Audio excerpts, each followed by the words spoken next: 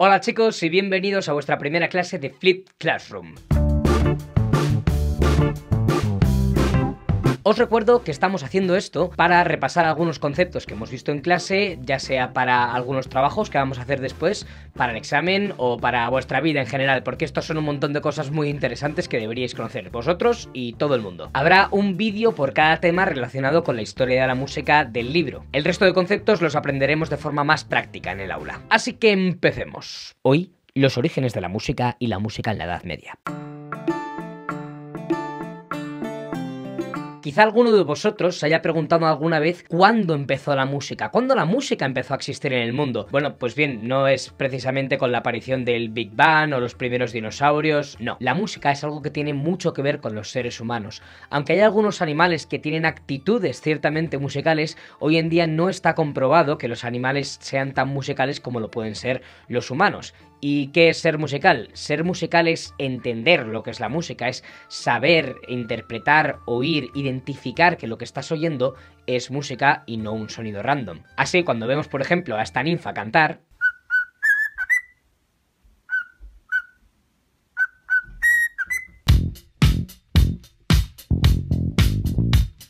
es posible que simplemente esté imitando el sonido que está oyendo y ella no sepa que está haciendo música. Así pues, la música comienza con los seres humanos en la prehistoria, al menos hasta donde sabemos. Hay más evidencias de lo que parece de la música en esa época, solo tenéis que mirar a las pinturas rupestres o investigar un poco. Tengo un vídeo en mi canal principal en el que hablo del primer instrumento prehistórico del que se tiene constancia, que es una flauta de hueso bastante rara, e irónicamente está construida siguiendo algunos sistemas musicales que utilizamos hoy en día. Os dejo el enlace en la descripción. El mundo va cambiando y con él las sociedades van evolucionando. Los egipcios fueron los primeros en definir los sonidos musicales y también tenían un montón de instrumentos raros que hoy en día no utilizamos. Pero es en la civilización griega cuando realmente damos con una persona y un hecho que nos hace avanzar un montón en la historia de la música y su desarrollo. Y es que menuda civilización. La religión, la filosofía, las matemáticas, es en estas últimas en las que nos vamos a detener. Vamos a hablar de un tipo que seguramente conozcáis por su famoso teorema, Pitágoras. Pitágoras utilizó las matemáticas para hallar los 12 sonidos que utilizamos hoy en día en la música occidental, en la que escuchamos la mayoría.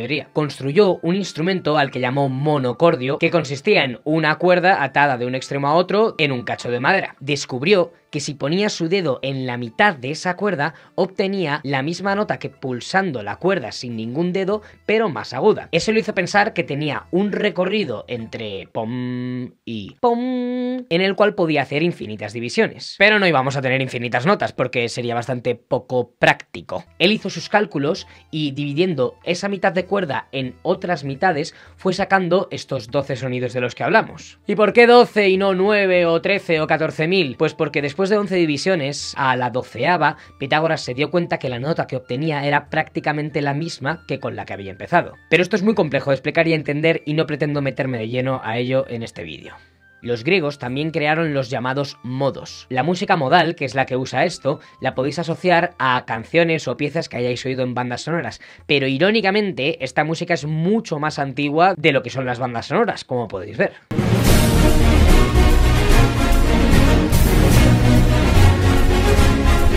Los griegos usaban otros instrumentos como la lira y otros tantos más. Pero nuevamente no nos vamos a detener en eso porque hoy en día nadie toca con instrumentos de ese tipo, al menos la mayoría de música que conocemos. Si quieres hacer música griega y construirte una lira o comprártela, guay. Después de los griegos, los romanos. Pero la cosa se pone más seria en la Edad Media. En este vídeo y en el siguiente vamos a distinguir dos tipos de música, la música religiosa y la música no religiosa.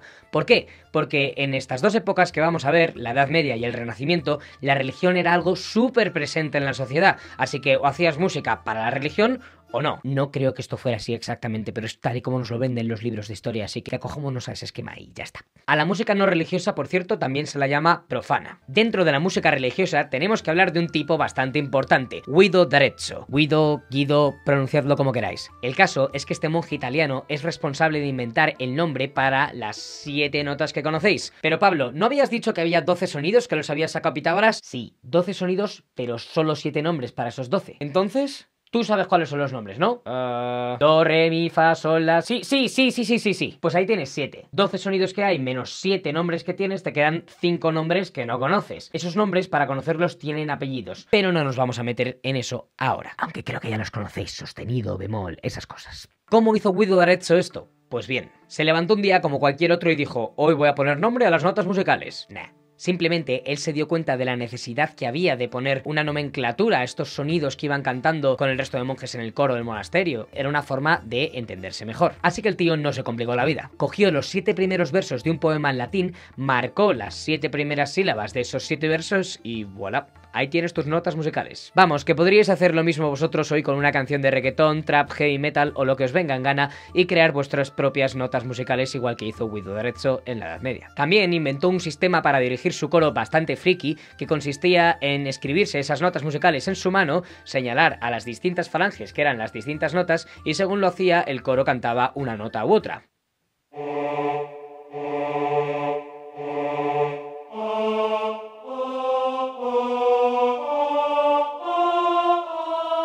La llamada mano guidoniana. Pero eso no fue lo más importante que inventó. Lo más importante que inventó Guido d'Arezzo fue la primera forma de escribir música ever. Vosotros ya sabéis lo que es un pentagrama. Penta, 5, grama, líneas, 5 líneas. 5 líneas y 4 espacios en los que escribimos las notas o las figuras para crear música. Pero antes del pentagrama tuvimos el tetragrama. 4 líneas y 3 espacios. Esto fue lo que inventó Guido d'Arezzo. Conociendo el nombre de las notas y sabiendo qué lugar podían ocupar en ese tetragrama, consiguió al enseñar este sistema que todo el mundo pudiera leer música y escribirla si querían. Pero ¿para qué hizo Guido d'Arezzo esto? ¿Para qué música? ¿Qué música se estaba haciendo en esa época? ¿Habéis oído hablar del canto gregoriano?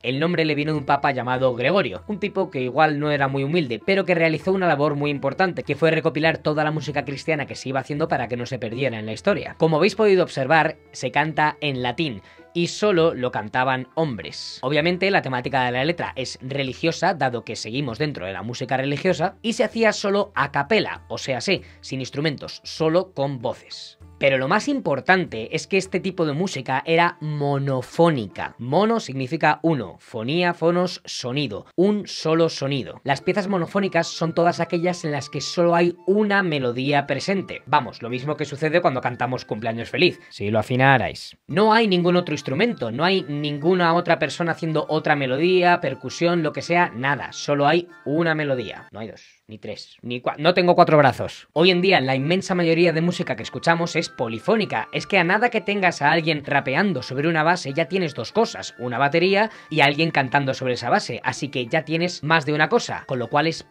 polifonía. Pero no vamos a explicar qué es eso hasta el siguiente vídeo. Y es que obviamente el canto gregoriano es monofónico porque la música está empezando en esta época. ¿Cómo narices iba a ser si no? Estaban investigando. Poco a poco ya llegaremos a más instrumentos y más voces. ¿Y qué pasa con la música no religiosa? Dentro de ella también vamos a hablar de 2 cosas, o mejor dicho, de 2 figuras, los trovadores y los juglares. Empecemos por los segundos.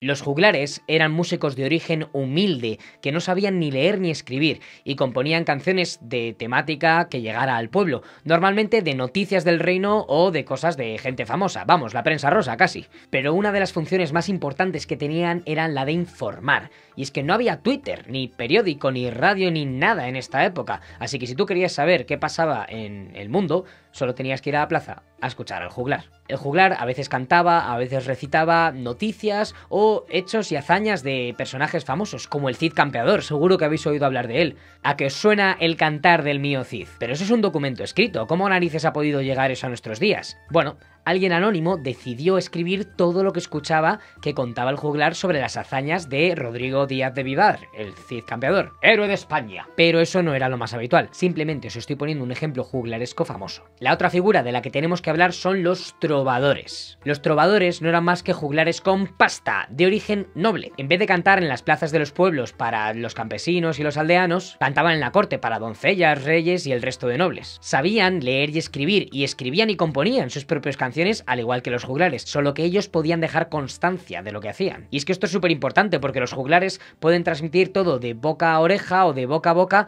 pero no tiene el mismo efecto que si tú escribes algo que da lugar a muchas menos malinterpretaciones.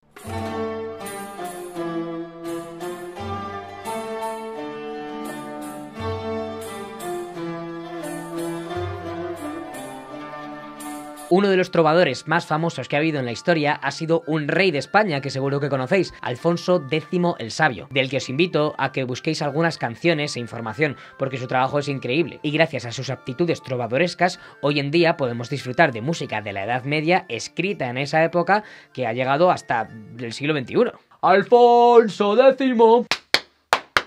Alfonso X era un tío sabio que usaba la brújula y usaba el astrolabio. Alfonso X, crack, te debemos mucho, gracias. Y ya está. Recordad este esquema que hemos hecho a lo largo de todo el vídeo para repasar estos conceptos. Y no olvidéis que una vez terminada la serie de vídeos de cada trimestre, se creará un formulario de Google Docs que tendréis que rellenar con las cosas que habéis aprendido o que tendréis que investigar por vuestra cuenta. Eso es todo, nos vemos en clase. ¡Adiós!